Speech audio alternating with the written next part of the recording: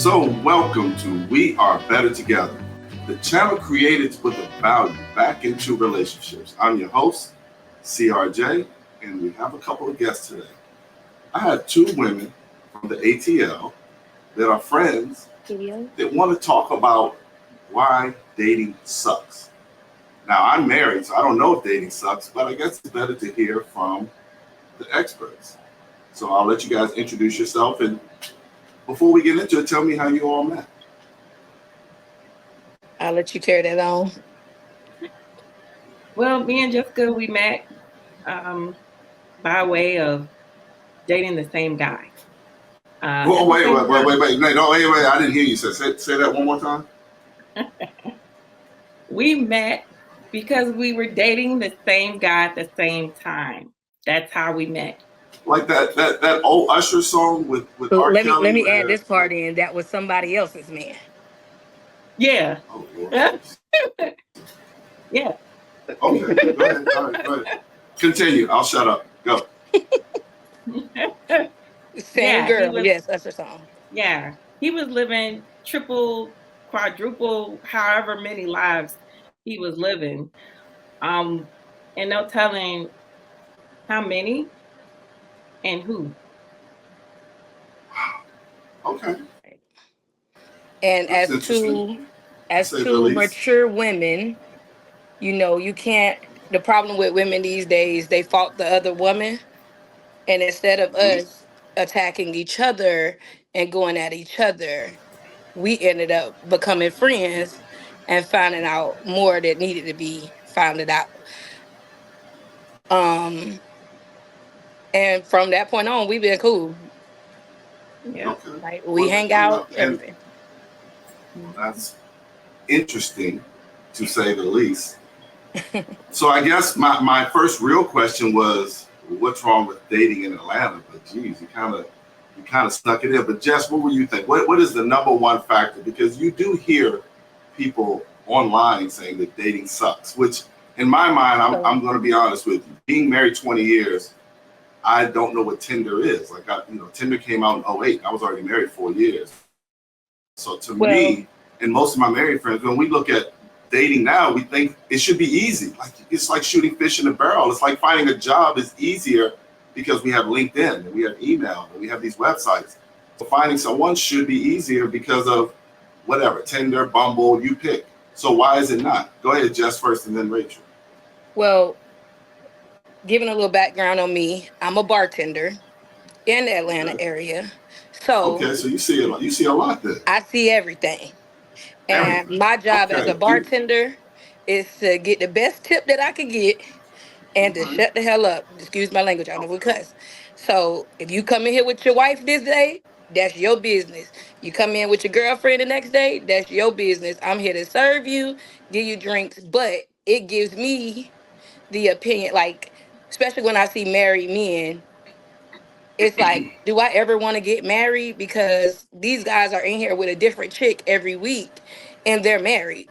But their wife is sitting at home with the kids and doing wifely duties, and he's out here spending the extra funds on somebody else. So with me seeing that firsthand, I just be like, I'm cool with being single.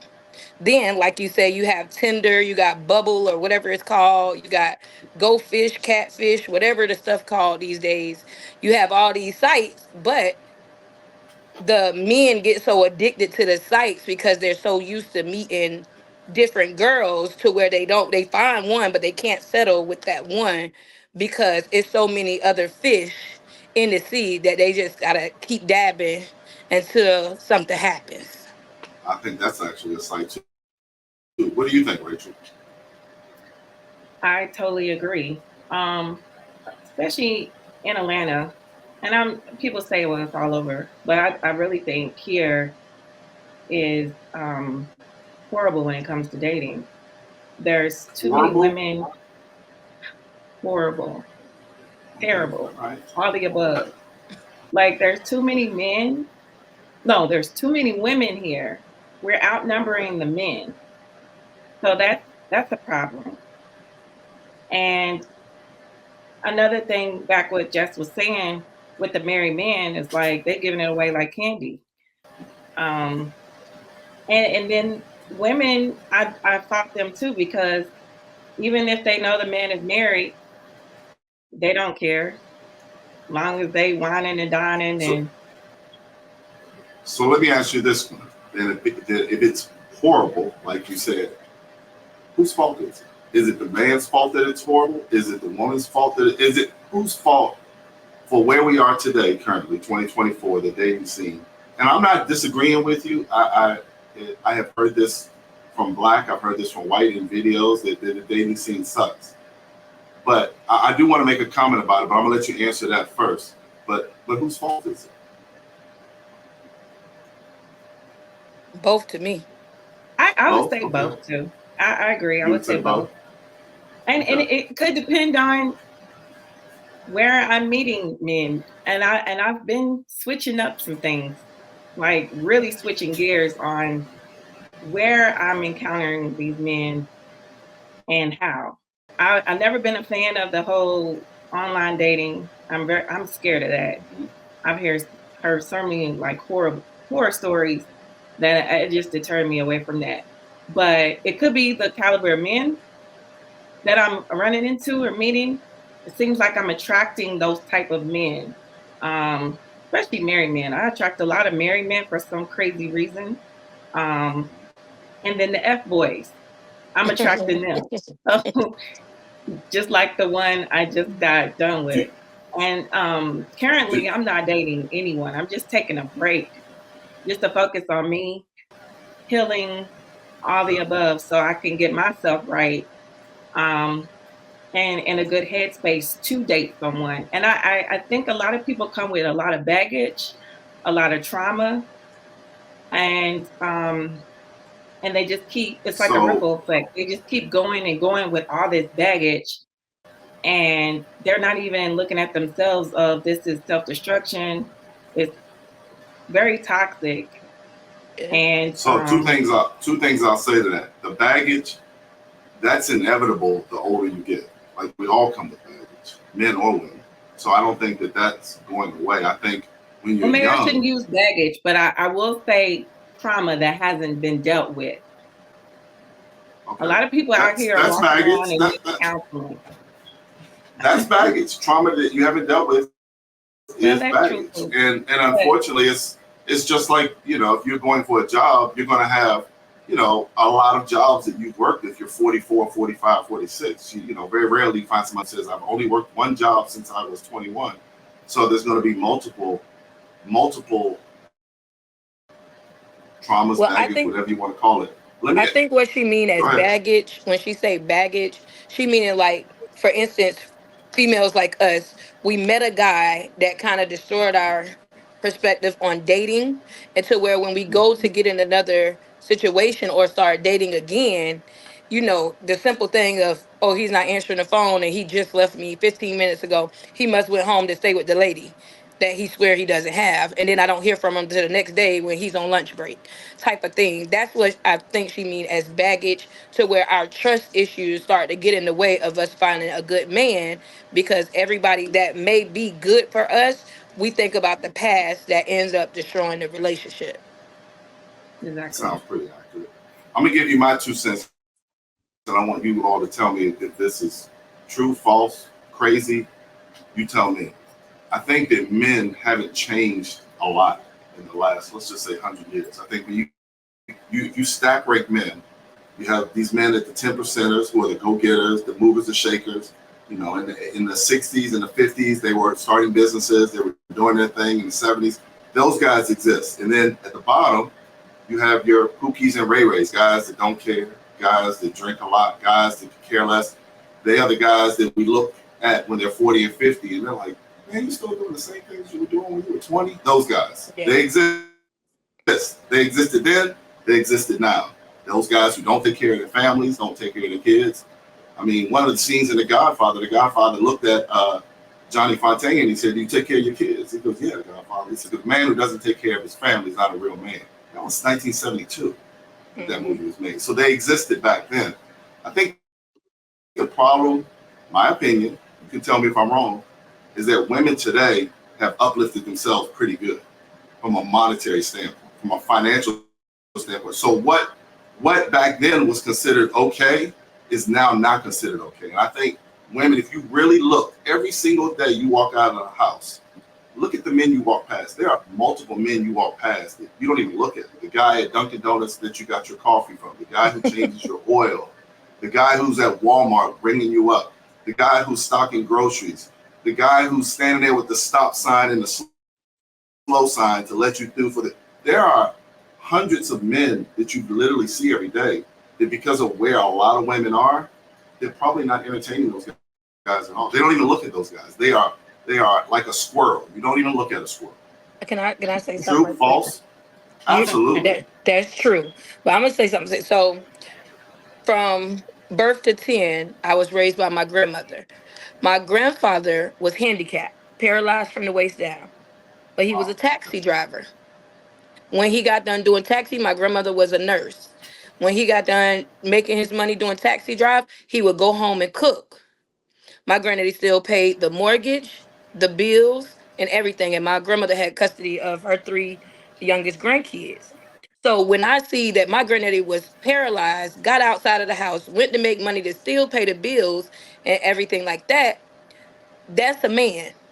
So growing up and a man's coming to me saying, oh, we got to pay 50-50 on the mortgage, 50-50 on the bills, but then you still expect me to come home, cook, clean, wash clothes, take care of my kids, change my own oil, pay for my oil to get changed, pay for a lineman to come out here, cut the grass. You're not really considered a man to me. So that's where I get on my independent level, to where it's like I'm better off by myself than adding another son to my collection of 2 sons that I already have. I'm their friend. They don't need a grown behind friend. So we keep ourselves to a level of independence, because a man is not what a man was in 1960 and 1970s and the 80s compared to the men that are coming up in the 2000s. And I put that on on race, because Black nowadays is not raised as a 2-parent household. So they don't get to see that a man is taking care of the home. They just know their mom is cooking, cleaning, paying the bills, paying the rent. So all they see is an independent woman. So when they get in a relationship, they looking for somebody like their mom. What So do you think? I put a lot of it on men, and I put a lot of it on women as well, because again, we have to raise those kids. So if we stop going out here having babies by men who was the Superman the first 3 months of the relationship, and then you didn't want to be alone, so you kept him by your side, and then you end up getting pregnant. Now you don't want nothing to do with him because he wasn't mature after those 3 months. But 3 years later, you had a baby and he still wasn't mature. So boom, we back to a one household And family. now that son doesn't really get to see what a good man is. So now 25 years later, he's dating a chick, and he's like, "What? What's your problem? Exactly. What's your problem?" Because he didn't get to see a good man. I won't disagree with that at all. Go ahead, Rachel. I agree. Even though I am co-parenting with his father, we live in 2 separate households. So he's still not seeing what a nucleus of a family is and how a man really takes care of the household. He's only seeing his father takes care of his household. He sees mom take care of her household. He's still not getting that nucleus. So I totally agree with what she's saying. And so men are expecting that 50% now, and they're expecting, well, you out working, you can pay. I don't think the 50%. I think realistically, I mean, if 2 people are working, I don't think it's bad to ask for 50%, but it goes to the same. I mean, both of my parents worked. They both paid bills. They both worked. But some days my dad cooked. Some days my mom cooked. My dad handled most of the stuff on the outside of the house. My mom handled most of the stuff on the inside of the house. So there was 50-50 with the money, and there was 50-50 with the interaction. Some days my dad might have taken me to the doctor. Some days my mom might have taken me to the doctor. So I don't think it's wrong to ask for 50-50. I think what's unrealistic is this, and this is where you don't see in the 2-parent household on both ends. And I will tell anybody, if someone is married and they're looking to seek therapy, or they're looking to somebody, there are a lot of therapists in Atlanta, and the majority of them are single. Do not go to them for help.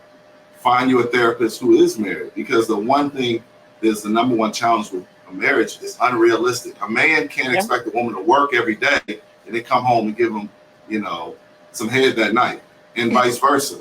You can't expect a man to work every day and he's going to clean up and do all of that. Like, most of the cleaning is done on the weekends. Like, we got to work, we got to get up, we both got to help. I can't expect you for the XYZ and you can't expect me for XYZ. So it's a give and take.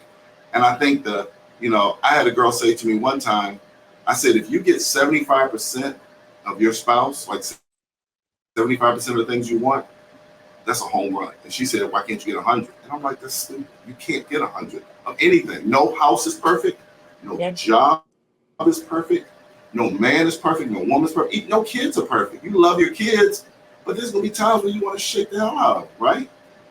Nobody's perfect. So to think that you're going to get 100% from your spouse is just asinine. And you have unrealistic expectations, and you're going to be by yourself. That's just a fact.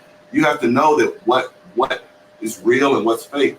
But I still go back to the point of, I think that women. Before you go on, sure. I want to piggyback on your comment about the 50-50 thing.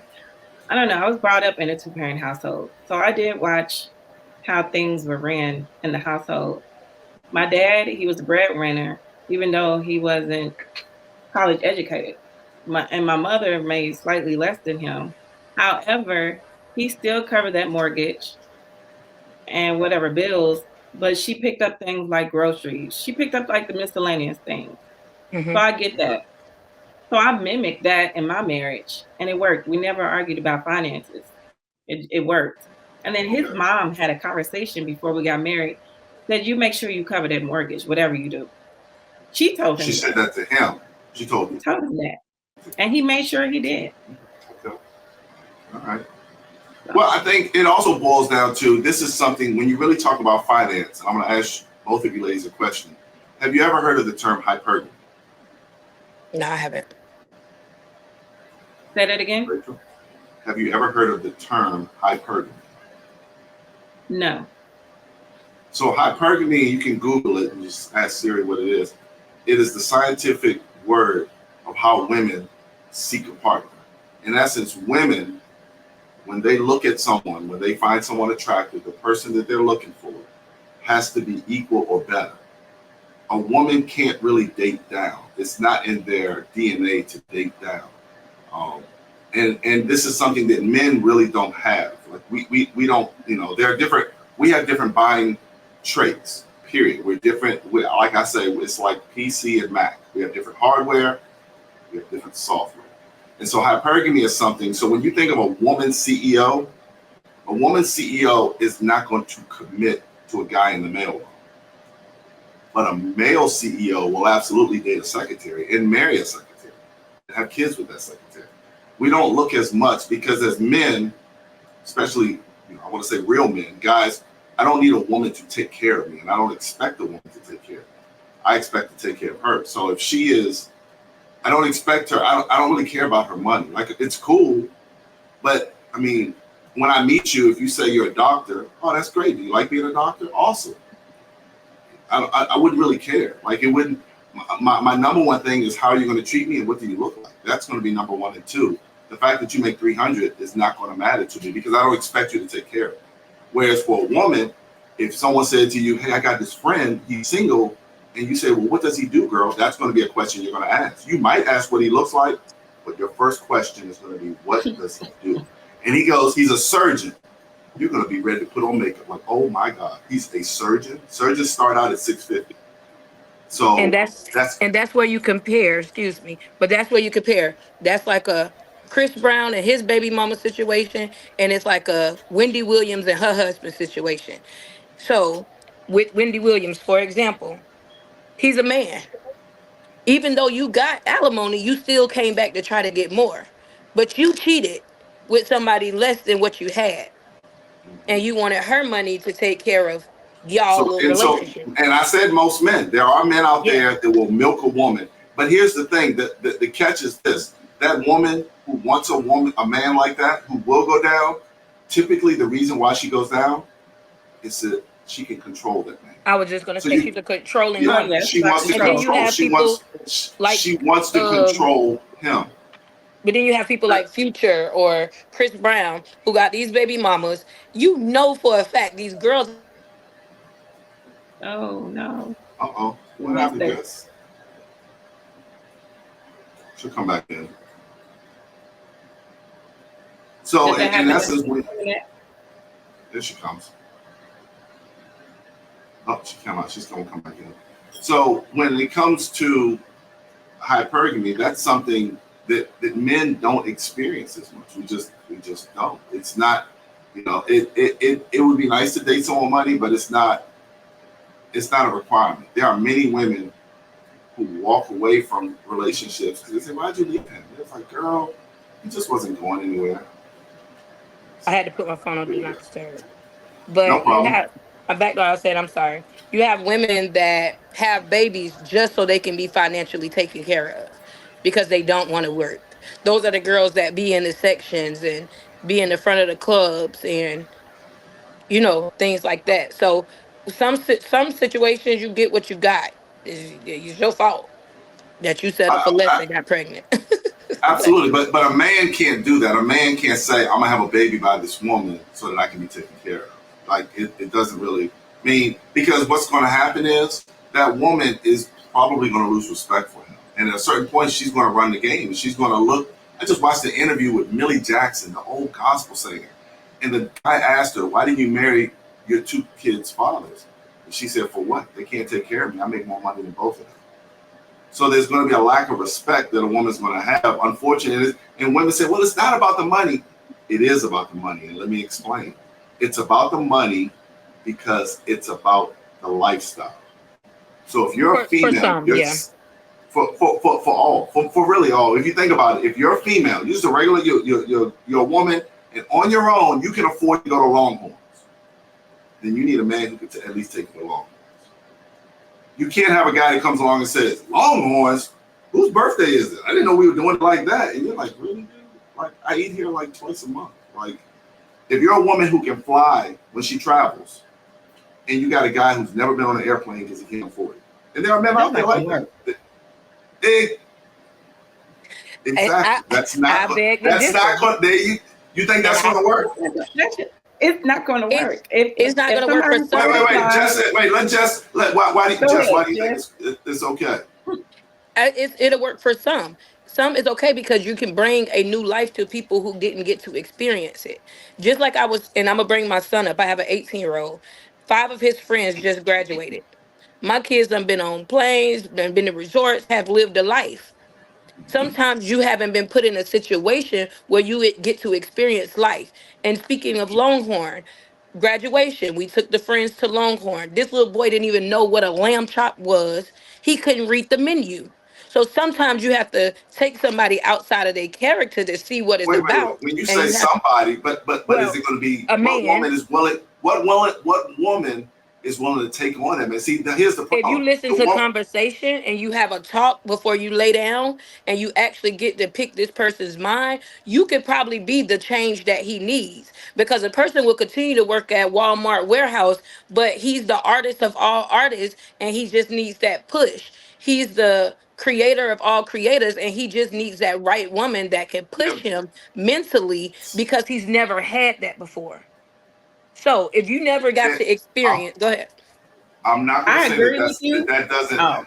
happen. I'm not going to say that doesn't happen, but most women are not trying to teach men things. They want to be taught and want to be shown. I agree with Jessica. You can expose someone to those things and you can lift them up. I say you're building a bear at that point. And when you do that, it can be dangerous because it can turn around and bite you. Because once that person starts feeling themselves and they're experiencing those new things, what they do, they turn around and go experience those new things with somebody else. Somebody else. Learn. That can be true. I don't think women want the project. I don't think women. I'm not saying that they are, but see, what will be a lot easier? Like you just said. What about now? You said that guy who using that example didn't know what a Longhorn was, didn't know what a pork chop was. What if he found another female who also doesn't know what a Walmart. Then we don't have a problem. See, there are levels of men, and there are levels to women. Both sides have levels, right? The multimillionaire men, there are multimillionaire women. There's buster men, there's buster women. So there's always a woman out there that won't have a problem dating a guy like that because maybe she hasn't been exposed to that. You know, he's never been on an airplane, but he's been on Greyhound. She's never been on an airplane or Greyhound. So to her, that guy's okay. It's some new, yeah. But at the same time, usually a guy that's making, let's say, twice as much as you, the respect level is not there. And those are the ones that do go out and cheat. What respect level is not there? Because he know that you're not going nowhere because he makes the money. He making sure you good. Oh, you want to go here with your girls? Here, just take the money and go while he's out with whoever else. So the respect level is not there, but because she's so insecure and she wants to be that girl with the Louis Vuitton bag and the Chanel bag and the red bottoms, she's accepting the disrespect. And that's why the guys get this power in them that have money that be like, oh, she'll be all right.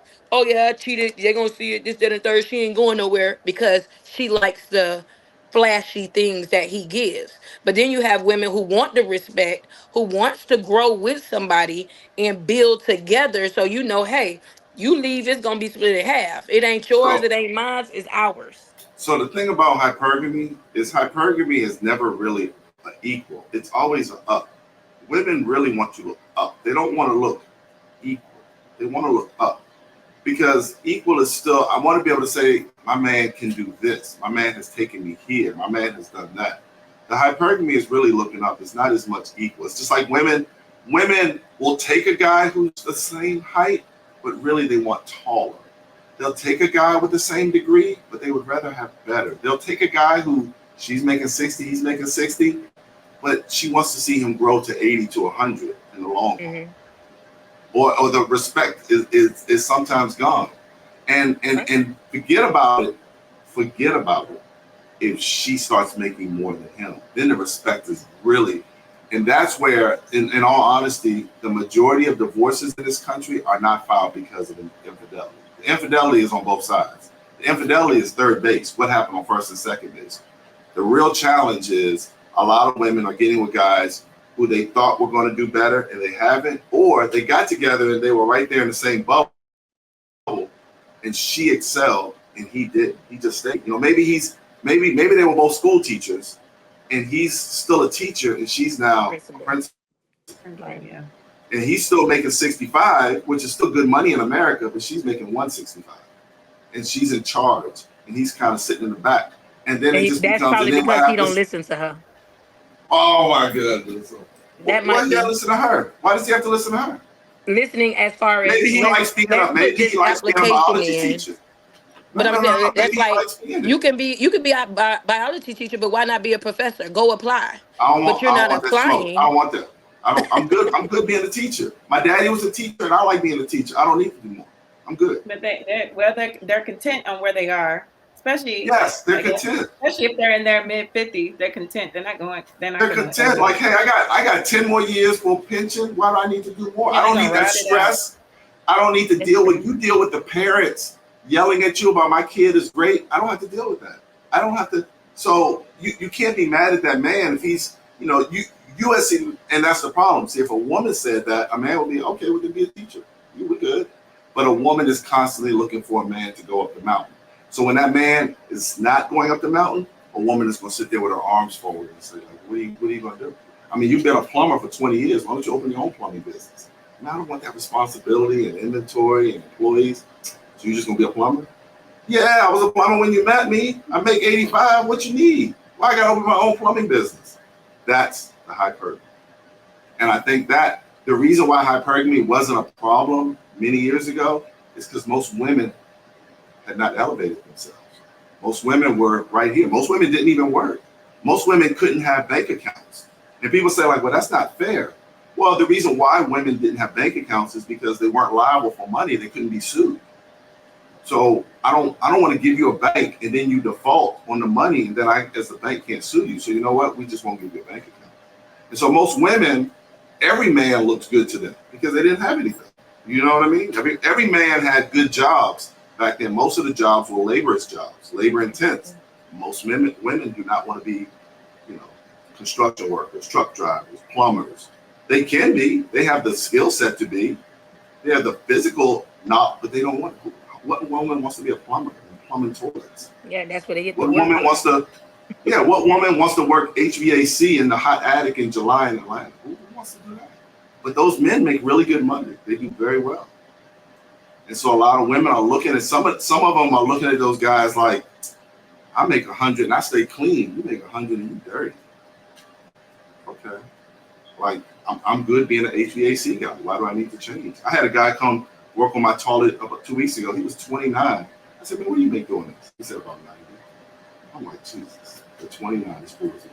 I don't mind a man who makes hard earned money, and they, you know, if they're making that amount of money and they're doing those type of jobs. I mean, those are great jobs. We still need plumbers, electricians, HV. Let me ask you, you say that, but can you understand why some women would not want to deal with a man like that? Because he's in and out of different women's houses. Yeah. Number two, it ain't his own business. It's not his own business. It doesn't have to be his own business. He's making 90. He's good. 90 is great. He making 90, and instead of him bringing home the plumbing work, the money from the plumbing work, he bringing home stuff that need to be plunged. So see, it sounds like somebody's got a couple baggage here. Somebody's got because I used to deal sounds with like somebody get that suitcase over here. It sounds like somebody. Yeah, but he's fine making that. He doesn't have the stress. He comes home. He's off on the weekends. He's doing his thing. A lot of women also will look at that man and they will think his money is fine, but they will also think that he doesn't have the knowledge. You know, she's thinking let's just say she's making 90 in corporate America, and we go to the Christmas party. Are you going to embarrass me? Are you going to say something stupid in front of my boss? A lot of women think like that because maybe he didn't go to school. Now, he went to plumbing school. He got his plumbing certificate, and he's making good money. And we do need plumbers. AI is not going to get rid of plumbers. But do you feel that he's on your level because maybe his education isn't what yours is? A lot of women feel that way. And so a lot of women are looking for that ready-made. He has a degree. He has everything I have. He has a degree. He doesn't have any kids. He has good credit. He knows how to afford bonefish. He's been there. He knows lamb chops. And I want that, but here's the problem. That Superman that you want, all these other women want it too. The white ones, the Spanish ones, the black ones, they all want him too. And he knows it. And so he can be picky. And so then you have a situation like we have now where you already said in Atlanta there are more women. And if that guy is the Superman that you think he might be, or he might perceive to be, he probably has his choice. You know, just like what are you suggesting, Charles? What are you suggesting that we do? The suggestion, it depends on what your outcome and what you want. It all depends on what you want. What is it that you want? And if you find somebody and you want to be happy, move to Augusta or to the country, because long as you in Atlanta and it's clubs everywhere, it's females on every corner. Let me ask you a question. Do clubs living in the country is gonna be where you need to be? What's the hot club now? You said what? Go ahead, Rachel. I said I wouldn't mind a country man. Well, then you know what you're gonna get them. Where are the clubs at today? What is the number one club in Atlanta now? I don't know what's the number one club, but it's a club on every corner. They almost worse than the Wing Spot. I wouldn't think in my mind, and this is in my mind, that there would be a lot of clubs because most young people don't know how to talk to clubs and bars. But what is there to talk about when she's drunk? What is it to talk about when he just irresponsibly spending money and she's available to go with him because she has a low mindset? So that's where the problem. I've been working in the club about 20 years. So ever since I was 18, 19 years old. So I know how easy it is to influence a man that you'll go on a date with him and he'll give you money in the club, buy your drinks, and you'll never talk to him again. I know how easy it was when I was 19 and 20. I used to talk to married men. Don't get me wrong. I was childish. I was young, but it was like I could get it easier from a married man and have less problems. And I know he not gonna want to stay the night with me because he got to go home. So I can understand that. I think Rachel asked the solution, and I will give that. And I'm gonna ask you a question before I give like, what the answer would be. What? Let me ask you this question and see what your answer is. Who do you think benefits more in being in a relationship, a committed relationship, a man or woman? Both. Okay, a woman could kind of is better because I think we benefit more because a man's supposed to know, when you get the right one, they know, hey, my job is to make sure she's happy, and then I'm gonna be happy. Whoa, what's up? Wait, A what's up? man, Wait a minute, time all out. that really Whoa, takes a man to be happy is if he getting his little thing sucked on and why having is that sex his every other job? day. Why is that his job to make her happy? It's not his job, but if you reality, if a woman's happy, the man is gonna be happy. Now, if No, we both sitting up under the if, bridge, we ain't finna be doing no loving if and doving up under the bridge. Matter of if fact, the we need to break up. man is happy, if the man is happy, the relationship is happy. And why is The that? woman's. Okay, I'll tell you why. Because women's happiness is very subjective and it changes like the weather. So if you, as a man, try to concentrate on making her happy, you will spend the majority of your day doing that. That is a very hard task. It's almost like teaching a child. You can give your child this and they're like, oh, I thought we were going here. It's like, yo, I just took you there. Like, really? You know, spoiled. Like, really? I gotta. So to sit there and say, if I'm trying to make a woman happy, no, my job in making her happy is to do the things that provide for her. Exactly. Be that man going up the mountain. It's not to make her happy. It's to go up the mountain. Now, the thing that's going to give me the little push to go up the mountain is the woman. Because what happens is, as men, we all would love to go into our office and tell our boss to go fuck themselves, but we don't. Why? Because we have a mortgage and a family. And so that gives us that right here. You know, we all would love to take our money. I would love to buy a Hellcat right now. But I got 2 kids. One's going to college. I don't know where that's going to be. So I got to wait. So as a man, that gives me the reason to be responsible. And by being responsible, that makes her happy. But I can't make you happy. Happiness comes from within. You have to make you happy. You have to make you happy. But when it comes to, Rachel, you answer the question, who benefits more from a relationship, man or woman?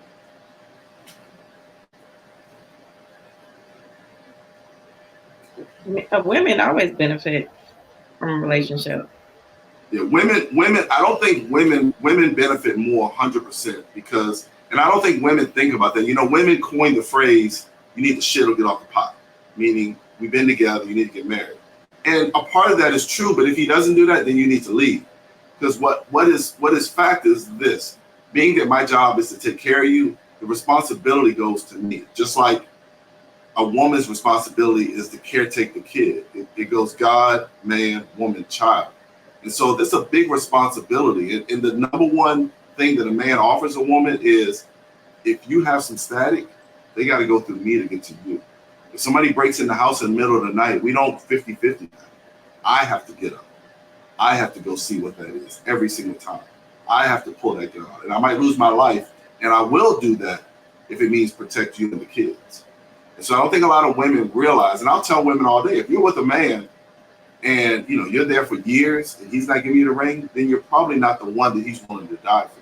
So you probably need to move on. It don't take a man long to know that he's going to marry someone. It takes a man at least six months to a year and he knows. 100% fact. It doesn't. We look at women like we shop. We don't take long shop. We go in the store, we check it out, it looks good, we buy it, take the risk. Women browse and they look, and it's hard to make a woman will browse all day and come back with nothing. Because now relationships are a facade. They're like a Lifetime movie. When you get the person in the house, you did the interview, you did everything, and you finally decide that I'm gonna rent him this room because he's just all around a good person. So I'm gonna rent you this room. Next thing you know, 2 months later, you got a psychopath in your house. A man will put on a facade, and women do too, to be the best that they can be. And when you come in and you communicate and you talk and you're like, oh, this is the problem that I had with my ex, and this is what was going on, and this, that, and the third. So they try not to be that man that first couple of months that y'all are dating, because you already explained to him what you were not looking for. But because he's so turned on to you and you know, all that good stuff. He's trying to be the perfect man. Now, 3 months later, you still looking for him to be going to that job that he said he was on vacation for a month for. He ain't been back to work. And now you was in love, and now all of a sudden, this is not the person I want to be with. So here's the fix to that. And this is what women need to understand. Women don't like to hear this. So this is the reason, and just one of the things on the list of why men need to be in the homes. Because back in the day, you don't get to marry my daughter or considerably date my daughter until I've met you as the father. Because men can sniff out the crap. Women get flustered on, oh my God, he's this, he's that, he's this. And they see the bad boy image, or they see one little facade that they like you said, and it's not really him. But as men, because we don't have that emotion, we can look and see that's a guy, he's boring, but he'll come home every day. That's a guy right there. You know, sometimes women will look at a job and I remember, you know, the sales that I was in, a lot of women would look down on it because they had never heard of it. But a father would be like, that guy makes $10,000 a month. You better lock on with him. Like, what are you talking about? That's a good gig. And so when we as men know how to sniff that out, women don't. Women make 80% of the consumer purchases in America. And so by doing that, you know, people who own businesses, they like it because women buy. Women, oh, this is great. And maybe it doesn't even fit in your house. Oh, this is great. It's not even in your budget. You're going to wear it one time. Like, why did you just buy that? Women make those emotional decisions, and they do it with their men. And a lot of times they will have a good man over here, but he's boring, but he's good, but he's boring. And this guy over here is not boring. He's a bad boy. And some women need to be like me and Rachel, where instead of you attacking each other, oh, she jealous and she this, sit back and listen and see if you actually, you know what, I do see these signs on what this girl is saying before you move him in or really take that next step. And a lot of us will talk to a guy for a year, go out of town, live your best life. You just think this guy's the perfect, you're not getting in his business. We introduce him to our kids, things like that. And then boom, all hell breaks loose. And instead of us attacking each other, oh, she jealous of my relationship, she this and she that, and you actually speak to the woman. And that's why I tell people, and I like my best friend, I told her, I was like, girl, you ain't gonna believe what happened. And I told them about me and her incident and what had happened. And I was like, oh, we going to the jazz festival together. They was like, are you sure? I'm like, yeah, I'm positive. It was like, so y'all cool? Yeah, she's not trying to kill me or nothing. Like, we finna go have a good time. Like, we done talked, we done squashed it out. We're actually cool. Check on each other, send each other messages, text messages, things like that. Because if she didn't turn around and listen to what I had to say, and I didn't turn around and listen to what she had to say, we'll probably be two messed up individuals that fell too deep in love, or unlike me, I just really didn't care. But you know, it could have turned out ugly on somebody else's hand. Absolutely. Well, I especially want to the answer. third person, but you know, she's not here to talk for herself. But the third person for her, because it was a more serious relationship where they actually Oh, yeah. lived together. Yeah. I want to answer a question to Rachel. I just want to thank you again. I thank her all the time because she got me out of, I was in a cycle for over 3-4 years, just in a loop, going through the same thing with this guy, with the lies, the manipulation, mentally, psychologically. I gotta ask, what did he do for a living? Well, he actually is a veteran, and he works. I won't say where he works, but No, not where he works, just occupation. Retired veteran. Yeah, he's a retired veteran, basically. Yeah. Okay. All right. Okay. I was just curious. I think here's the question. You asked the question, what are you supposed to do? I think the biggest challenge, and a lot of women don't want to hear this, and they don't see it until it's kind of too late. And what men, and I think this was by design by God, is that men and women peak at different levels of their life, meaning when are they the most sexually valuable? And for women, it's about between 21 and 29. Like that's when they haven't typically had kids, they have a lower body count, they have less baggage, their weight is probably their best, I mean, most women can say that they honestly were at their best weight, their fighting weight, when they were younger. And men can say that too, but unfortunately, it doesn't matter as much. There are plenty of fat millionaires who can get a woman today. You know, they have a big belly, but they own 6 gas stations, and they're making you know, $700,000 a year. So the weight doesn't matter as much. So from a woman's standpoint, you guys peak right around 21, 28 to 28. For men, we don't really start peaking to about 34 to about 45. Why? Because the things that make us valuable to you are typically, where are you at on the mountain? How high are you? Have you got your credit straight? Do you live with your boys, or do you have your own place? Oh, you have 2 cars. Oh, you're mature. You're not. Those things happen when a guy is 38, 39, 40. And so the things that you find attractive in him, so it's at different times. So what happens is the women kind of waste away the 20s, in their early 20s. And then when they get 34, they're like, oh, I'm looking for a guy. But that guy who's 34 is just coming into his stride. And so now he might date somebody who's 24. He might date somebody who's 30. He might date somebody who's 34. And forget about it if he's 40. So now if a guy who's 40, he's really doing well. He's making 6 digits. His kids are grown, if he had any. His credit is great. He's got equity in his house. He's got a pension. He knows what he's doing. He's been doing it for the last 15 years. So now he is real attractive. And he's attracted to 40-year-olds, 35-year-olds, and the 30s. So he has the pick of the litter, just like women. And so a lot of women get to the older age and they're like, well, what am I supposed to do? How do I compete against a 28-year-old? And the answer is you can't. You really can't. And also, if that guy is, let's just say he's 38 and he doesn't have any kids, it's a lot easier for him to find a chick who's 28 and have a kid than it would be to find a chick who's 38, because after 35, there are challenges. And so that's God. That's not us.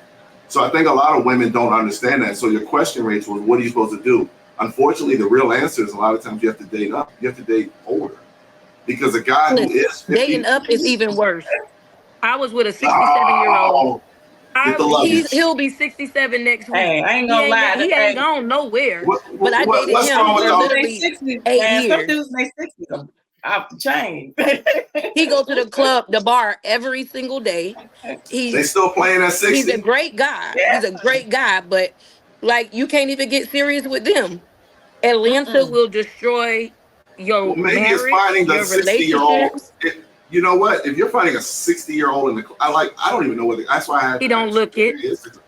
No, but why are you in the club at 60? What do you mean? No, why are you in the club at? Maybe not find the guy. Because he moved to Atlanta and got divorced. His wife left.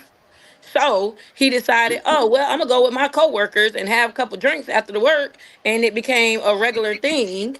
And a woman is not going to tolerate that too long, especially when y'all kids are grown. You want to be at the bar every day. Why can't we take a trip on the weekends when you off? You want to be at the bar spending our extra money at the bar. Even though you might have it.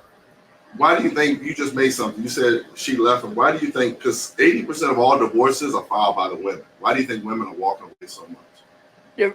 So my opinion about him, and excuse me to the veterans, for these people who travel around the world, they, to me now, everyone that I ever dated in the military, the army, veteran, whatever, they so accustomed to like being overseas and dealing with a woman in the military, then coming home to your wife for 3 months and acting like you the happiest family, doing video calls and this, that, and third. Then you going back to Germany, where I from what I hear about Germany, boy, them white girls love them some black men. Now this what not from 3 or 4 veterans, but a couple of them. So when you go back and when you finally come home and you stuck home, you don't know how to be with one person. You don't know how to commit because you're so bored with the person that you married, because she was a at home or at the military based person, where it's not like. But why are the women filing? Why are the women filing? Why are the women doing all the women are filing because the men want to stay seen. If you could just be seen by your wife and not seen by everybody, then it'll be more. And then you understand, because a lot of men, military again, the lady have a baby. You're not there for any of that. Postpartum depression, you're not there to see the issues and everything that they have. And yeah, we reaping the benefits of health coverage and oh, we might get to stay on base for free type of thing, but you're not there to That's a see lot. That's a everything lot. else. That's a That lot. happens a lot. But I'm saying But that, it's a lot. Oh, we could live rent free, but who wants to be rent free? And this is why the women that's married to military guys end up cheating because but here's the deal. That's still a small. Military is only 3% of the population, so it's still a small percent. It's only 3%. well, they here in Georgia, all over. Well, outside of the They veterans, flocking here. I mean, I don't know what I know. the 3% is some here. 60. I know some 60 plus men. Some of them got some banging bodies. Still putting it down in the bedroom, and they, yeah. So you saying they older? They're no better.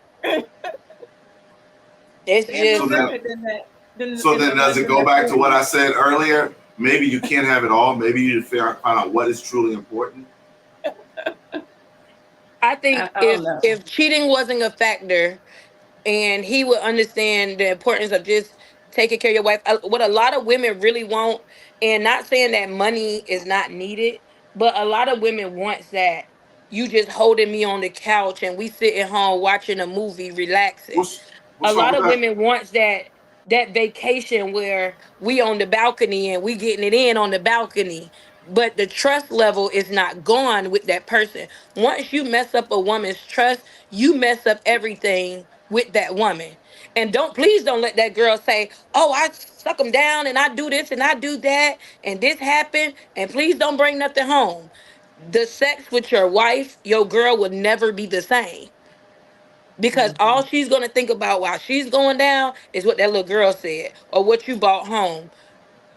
No woman wants to be involved with that anymore. If you leave my mind blank and you the perfect guy out here and you just the world to me, everything will be perfect. But when guys go out and cheat, you bring something home. Even if you're not bringing something home, But somehow the women girl cheat. find you, because I'm like the FBI agent of all agents of agents of Don't agents. don't Like, I women will cheat? find. Don't women cheat also though? Don't women cheat too? Some Women do, do but it's cheat. no need to cheat. If you got a man that never cheated on you, that's coming home, giving you the things that you need, and that goes back to why a women want you to be more independent and more like working for yourself, because you'll have more time for me. I worked at the post office for a couple, like 4 years, 5 years. It was more post office relationships with married individuals than it was, oh, we going to the Christmas party and we bringing our wives. No, they with their side piece, which is the coworker at the post office. Because the post office don't care about your outside life. We need you to do all these hours here. But when you run your own business and you control your own business and you got your finances together, you can leave off of work for a whole week and enjoy your wife, your girl, and your life, and come back and go back to your same routine. You're not clocking in every day. And then that's where I also say where men also benefit from the relationship, because like you said earlier, a lot of them don't have the mentality where they can't read and write, but you got this one What? woman. A lot of men Where are cannot you read looking or at write. men that can't read and Hell, they write? can barely write their name in cursive on a receipt Oh with a tip. Lord. Listen, Fact. if if I could just show you some of this writing when they just put in a name and a number on the paper, you will just be like, well, who I wrote think this? you need to stop finding guys at the bar that you work. I'm not finding them nowhere. Now Man. you can write down all day. You can write down all day. My job is to get your tip and make you feel good while you're here. Because a lot of people look as a bartender as their therapist, because they don't want to Yeah. go to an actual Yeah. therapist. So Yeah. my job is to tell you, oh no, you ain't wrong when you're dead ass wrong. And sometimes I do tell you you're wrong, but it ain't my business because I don't plan on being with you. So I, thank you for my tip. Me and my kids gonna eat. I think the cheating thing is overrated in the fact that I think that men and women cheat, and the number one reason why both cheat is because they're not getting something at home. Nobody, it's just like a job. If you're, And a woman likes time. Time is important both. for a woman. Right. So I didn't say what it is. I said it's something. You're right. For a woman, it might be time. It might be an ear. It might be, you know, if I you're a don't think woman and men you care got, about time. They just care about no, we how you don't. sucking them down in sex. That's That's all they right. care. So I said, yes, we don't care about time. We don't care about conversation. So Right. you're right. A lot of it is, if you don't have sex with your man for 2 years, what did you expect him to do? And if you I mean, don't you better compliment, expect him to cheat. Shit, if you ain't having sex with him in the next month, you Oh, yeah. gonna okay, expect him to cheat. and the flip to that, if you're a woman and you got a new hairstyle and your man didn't even notice, but Dwayne at the office did, or you've been wanting to go to a beach at this property and you've been asking him, and then he comes in with a new car. Like, so we both have our list of things of what we want, and when you don't get them, it's just like a job. When you're not making enough, what do? You get a side job. But if you have a great job that you're like, I don't want to fuck this up. Like right now, the job I have is a great job. I have a great, my resume is not up to date because I don't need it to be, because I have a great job that I work at. This is a job that I can see me doing until I'm 65. I'm good with this job. So it's the same thing. You got to offer. Men have to know what women want. Women have to know what men want. And I don't think that's being looked at. I don't think that's being asked. And I think, you know, women will say, well, why do you need that? And men will say, why is that important? It's not for you to ask. It's not for you to ask why that's important. If that's what's important to her, then that's what it is, period. Okay, as a man, can I ask you a question? Mm-hmm. So you're married, right? Mm-hmm. So let's say you went out and cheated on your wife. We're just using that as an example, right? Mm-hmm. And you done cheated 2 and 3 times. So your wife finally found Mr. Leroy at the job, Mm-hmm. and Mr. Leroy, you know, like he say, oh, you look beautiful, you do this. Hey, we have it after the company picnic. Let's just go have a couple drinks. And she end up sleeping with Mr. Leroy. Why is it okay for you to be so hurt and disgusted and never want to touch your wife again Well, you just versus assume, you cheating? you just Men assumed that can was never the take answer. that. Men can never Well, take wait a cheating. minute. I'll answer both. First of all, you assumed that would be my answer. You didn't ask me what would you do. Well, a lot of men won't touch they Whoa, don't whoa, want to be whoa, whoa. bothered. I can't speak for a lot of men. Wait. Are you asking me, or are you asking me to speak for all men? Which one are you asking? Speak like We we want the speaking for truth. some women. I want you to speak. Okay, So how would you feel? How would you feel if okay, your wife did? I would have to ask the question why, and I would have to look to see what did I not do. That's number one. Number two, you answer your question. You said why men can't deal with that. I'll tell you why we can't deal with that. We can't deal with that. And remember what I said about hypergamy. Hypergamy is real, and it's in women. It's in their DNA. What's in men is that me as a man, my job is to protect my life, give my life for you. So I have to know that the kids I have are my kids. This is where it comes from in the history books of why men need to know that they're not with a promiscuous woman. Because if I'm there to protect you, I need to not know that these are my kids. It started there. Now, the embarrassment, and there are 2 types of embarrassment. When it comes from a man, if you're with a woman, right, and you're with your woman, and that your woman is cheated, and other guys know, that's embarrassment. For a woman, wait a minute, I'm gonna tell you. I just said for a woman, the embarrassment goes the same as far as like you don't want, like if a woman cheats, you don't want to know that woman who he cheated with. Like if you're gonna cheat, don't cheat at somebody who goes to our church.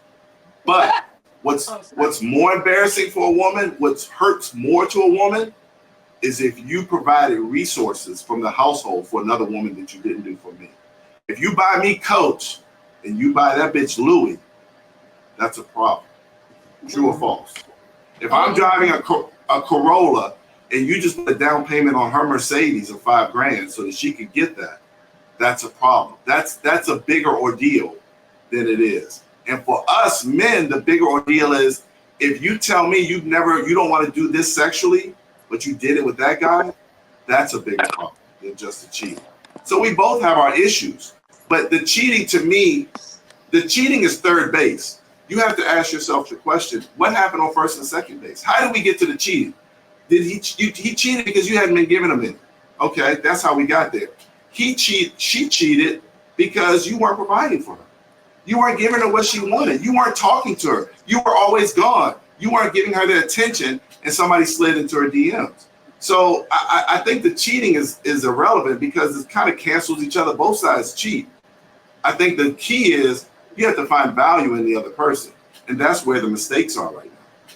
Men aren't finding the value in the women that they're looking at for commitment. And women are not finding value in the men that are out there that are available. Like I said in the beginning, you guys are looking past a lot of men that are capable. I spoke to a group of women last week, and I said, I'll tell you what a whole group of men are. It's an all-male company. And they were like, where? I said, go to a store called Micro Center. And they were like, Micro Center? It's a computer store, and there's nothing but geeks there. And those geeks don't have girlfriends. And they would love you to death. They would take care of you. They would provide. They're outside of the computer. They'll fix your computer. And gaming. You don't know how to fix a computer. They're going to fix yours. Gaming. They probably want to sit home and be gaming all day. Well, okay, well, do you want him at the bar or do you want him sitting at home in the next room and you know where he is? They tried not end up playing with my son on the game. You can't have it all. You can't have it all. You can't have it all. He's home with you. And he's like, hey, you want me to get you a ginger ale? Okay. He's right there. He's right there. So now you're mad at that. He's not at the club. He's there. He's making money. He's fixing your computer. He's updating your software. He's hooking you up. He don't want nobody else because he's just happy to have you. You see, you can't have it all. I'm going to ask you one last question. But you do want to find somebody that you have something in common with. You don't just want to find somebody because you got money. Or that. It's not just money, but you're not going to be in common with everything. You're not going to be. There are so many things that I do that my wife knows nothing about. She doesn't do. So the common factor is it's not going to be 100%. If we're at 60%, that's pretty good. I like to do this. She likes to do this. There's so many things I do. She could care less. We don't watch the same movies. We don't watch the same TV shows. We don't. You know. So how did y'all meet? We were hooked up. We were introduced.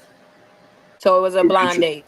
A blind date? It was a blind date. It was a blind date. It was a blind date. Somebody, a friend of my family and a friend of his family asked me, were you still single? And I said, yes, because I got somebody that might be interested, somebody that you like to meet. Did she like you at first or did you have to grow on her? Did I have to grow on her? Yeah. No, she liked me. She liked me. She liked me at first. She had to grow on you? No, she didn't have to grow on me. She didn't have to grow on me at all. Because one, I was older, and so I was 31. And so that makes kind of a difference versus in my 20s. And two, I think one thing I recognized, I dated a girl before her for 4 years, and I never married. I never even bought a ring. I never entertained a ring. She never was in my mind. And you kind of say, well, why'd you hang out with her? Well, because I was a guy. Plain and simple. And y'all originally from Georgia? I'm from Georgia. She's from New Orleans. I was living in D.C. and I moved to Georgia. And I met her probably 2 or 3 years after I moved to Georgia. But she wasn't living here. When I was introduced, I was living here, she was living there. So it was a long distance relationship.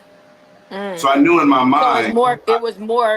It was more communicating than it was sexually to where y'all fed each other's mind. It was absolutely more communicating. But you got to remember, back then, there was no FaceTime. There was no Instagram. So you had nothing but a phone call and speaker. You know? There was no headsets. It was all telephone. I don't even think we had headsets. So it was, but I think the key what women need to understand is this. A man has to know two things. One, a man has to know that he's ready to take on that responsibility because that is a responsibility. And two, he has to know what he feels is value. What is value? And so that's the key thing. And what was valuable to me, she did offer. And I knew that off the top what was valuable. The girl I dated before, the value wasn't there because she was very strong-willed, very independent, very attitude. She was the type of girl that would block the door and say, we're not finished talking. That's not me. I don't want to be with that type of woman that's going to tell me we're not finished talking. And with me and Rachel's defense, and I'm not sure, you could back me on it if you want, being a single mother of boys is even harder to date because I don't want my sons to go and be like, oh, my mama had a different dude in the house every week. Oh, it was a different dude she was dating. 100%. Because then that makes him grow up to not really respect women because Hundred you don't even percent. have the respect for your mom type of thing. 100%. You don't want a lot of dudes around. 100%. And here's what's fact. And I did a video on this a couple of weeks ago. Men need to be more honest. And as a man, you need to know if you're the type of man that could be a stepdad or not. If you can't be a stepdad, then you need to say that off the rip. But here's the kicker. Women a lot of times can't sniff that out. That's where a man can tell, a father can tell. So a lot of men don't want to be stepdads. And at the end of the day, you are looking for a stepdad first because the child comes first. Yeah, in defense of the guy we're talking about, it was kind of hard to sniff out a lot of things, but I did because I ain't crazy and I'm in the world. He is a good guy. He just lies and get caught up in his lies. But like I told him from the jump, if you just be honest, and then we could see where we could go from the top. Because mind you, I still was talking to my old guy. He would never be honest. Well, it's hard. It's hard for a lot of men. It's hard for a lot of men to be honest. It really is. And the thing, that's where the problem comes, because sometimes honesty will allow you to still get your way. Because mind you, when I first met, I said, hey, I have a 67-year-old. He ain't going nowhere. He's not going nowhere. That's one of my best friends. We be having our ups and downs. We're not sexually active anymore the past 4.5, 5 years, but that's my friend. And if anything was to happen to him, I'm going to be there. So I said, be honest with me. So he was only honest about the woman he lived with. But the woman he lived with was supposed to be sickly. So I'm thinking, oh, she got cancer. She's about to die. Hey, when y'all take y'all trips, y'all go ahead, take your trips. I'm not going to interrupt. I'm here as a friend. I didn't commit myself to him or anything. We was just, when we get time to hang out, we go hang out, do what we do. That's what we did. So it was never about you had to lie to me. But when you do lie to me, that turns me into FBI agent 2732-8018, and I want to find out what I want to find out. So in reality came, it was never the lady at the house. It was Rachel. And then when me and Rachel connected, it was like, hey, who the hell are you? And then we found out about each other. But then even after we found out, he still continued to lie and make both of us out to be crazy. Yeah, and he made both of us out to be crazy. Don't talk to her. He wanted it all. He wanted to eat his cake, eat it too. And I always told him, like, be upfront with me. You don't have to lie. But maybe, but listen what you just said. He wanted it all, right? He wanted it all. He wanted it all. Wait a minute. He wanted it all. So that's what he wanted. So he didn't want a commitment. So what's the problem? No, he wanted a commitment. He wanted a commitment. But the commitment was with us. Yeah. The commitment was with us, but not us knowing that the commitment is still with each one of us separately. Then come to find out, the main lady was never sick. Nothing's never wrong with her. Nothing was wrong with her. I still, without knowing everything, I still think that men can sniff out that a little bit more. And I think the value, the number one culprit of not having good relationships is we don't see the value in each other. We have to see the value, and men need to know what their value is that they want, and women need to know what's important to them, and they can't have it all. They have to pick out, okay, I need a man that's this, this, and this. But if he's not this, it's okay. And that's the problem. Women think that someone mentioned the Hallmark movie. They think that that's reality, and it's not. And the Tyler Perry movies are not, and you need to know exactly. I'm going to close out with this last question. We'll ask this last question.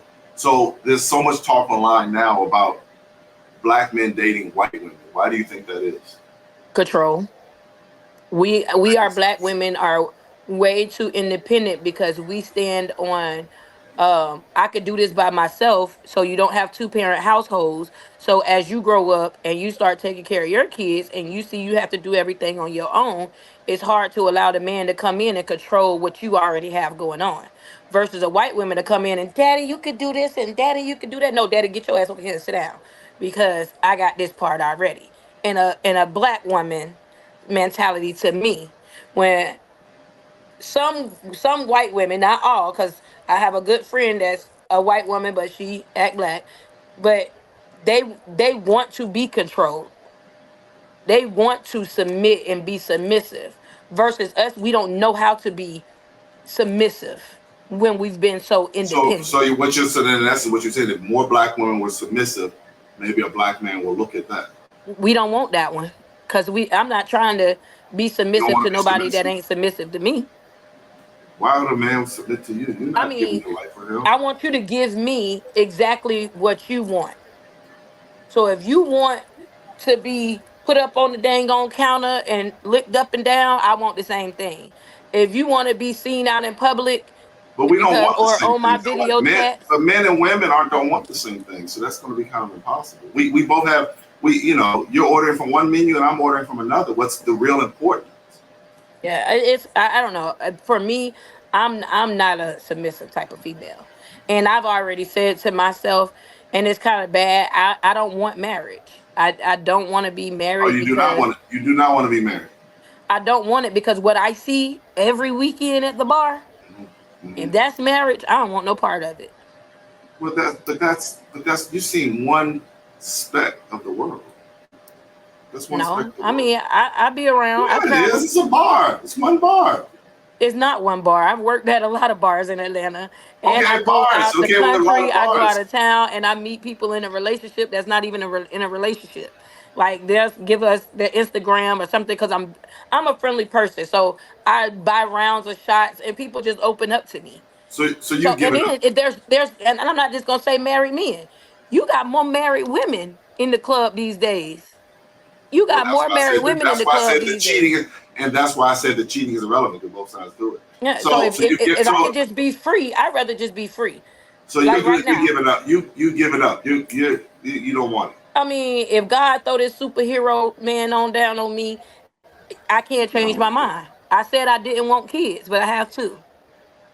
So a lot of things can change your mind, but right now I'm not looking for it. Because I know I will probably mess up. I would probably mess up the good man or something because of what's going on in my mind with the baggage that I have. Well, at least you can be honest about it. Rachel, what do you think? Why is it that the black men are looking at white women more so is what it seems like? She said because of the submissive. Is that accurate? Yeah, that's very accurate. The control, submissive. I think we as black women, we have lost our touch of softness. And that comes from being independent for so long. And even raised to be strong, a strong black woman, you have to do this and this. And we lose sight on just the simple thing of just being soft. It's sad to say that both of you all are correct. And because that's not good, because if you know the problem, then we can fix it. Most people don't know the problem, so they can't fix it. You guys, you answered the correct. That's pretty much the answer. It is a feminine, softness, submissive. And you don't want a slave, but you want someone to respect you. Men want respect more than they want love. That's a fact. We want respect more than we don't need the love. Women want love more than respect. But I think with black women, we also want the respect. And a lot of men don't give that to us. They don't. So respect goes both ways. Well, what kind of respect do you want? See, that's the thing. If you see, that's a masculine trait to say I want respect. I gotta go answer this door. So that she's got to answer the door. So the respect is more important to a man than it is a woman. You don't want a man calling you out your name, but him showing you he loves you, him listening to you. If he thinks that you can't boil water, but he gives you a flower once a month, if he leaves notes around the house. More important. And see that's what got me with my 67-year-old. I met him when he was 58, but I hadn't had somebody that mature that would just do the simplest things. Like I like slices of red velvet cake from Publix. I don't want the big cake, just the slice. And he would so that's not respect. And he'll come over with just that slice and some flowers. Yeah. That's right. That's love. That's not respect. That's love. That's showing the minimum things. Right. And then he always wanted to show how much he loved me for my family. So he'll tell you like, hey, your family is the best when it comes to doing family activities and stuff like that. You know, we don't have that as a family. So he's always So, with the so why didn't you? family So why didn't you marry him? because he also was a cheater and was A in the what? bar, and the bar ended up messing up his life. And still to this day, he doesn't want to get out the bar. And he compares to me being a bartender as me being in the bar life. And I said, I work. So when you work a corporate job, it's different from when we go and hang out and everybody knows me and speak to me. And like I have to tell him, I'm being respectful because these are my customers that tip and that come and, join me. So I'm going to speak. I'm going to, you don't have to speak to nobody because you work in a cubicle. If you do see your coworkers, you'll speak to your coworkers. But it's times we done been out of town and a couple know me. And I'm like, I just know everybody. But to him, it was like, oh, you're always in the bar, this, that, and the third. So his excuse on going to the bar every day is because I work in the bar on the weekends. And then he was cheating because he's off on the weekends and he goes and get drunker on the weekends and expect me to be able to spend time with him, but I don't get off till 3 o'clock in the morning. So it was just a lot of jealousy and then way too much cheating. So and then like he always say, he lived his life. I haven't got to live my full life. I'm 37. There's a 30-year age gap. So So you're still young, and you still have. I think your mindset, and I could be wrong, is kind of like I'll take it or leave it. If God puts Superman here, then I'll do it. That's that because you're 37, you still have good options. I don't know if you'll say that when you're 47. yeah, last time I'm 47, I ain't married. Hey, God's will. Frying chicken in the backyard for the family. We good. Like, I'm just like, I hear you. no, But thank you, ladies, for giving me the insight to Atlanta, the dating scene. It's bad. I don't think it's unfixable, though. It just might take some time. But I appreciate your time this afternoon. Unfixable. right. Maybe if COVID hit again, that's when people was really being serious in their relationships because they had to stay home. Actually, there were more divorces in COVID because people were in each other's faces. They couldn't deal with each other. That's Yeah, really that's the right. divorce. I work with a lot of divorce attorneys, and they were killing it in 2020 and 2021. Wow. Yeah. Because absence makes the heart grow fonder. And sometimes it's okay to be away. I mean, it's just like your kids. And the money was Your gone. You kids, got to put that in there too, because they was well, losing jobs. for some people, money factor that did it. Mhm. But when you look at your kids, you don't want your kids around. You love your kids to death, but when they get to a certain age, you don't want them around 24/7. So, but I thank you, ladies, for sharing the time. We'll see if we can get this fixed over the next couple of generations.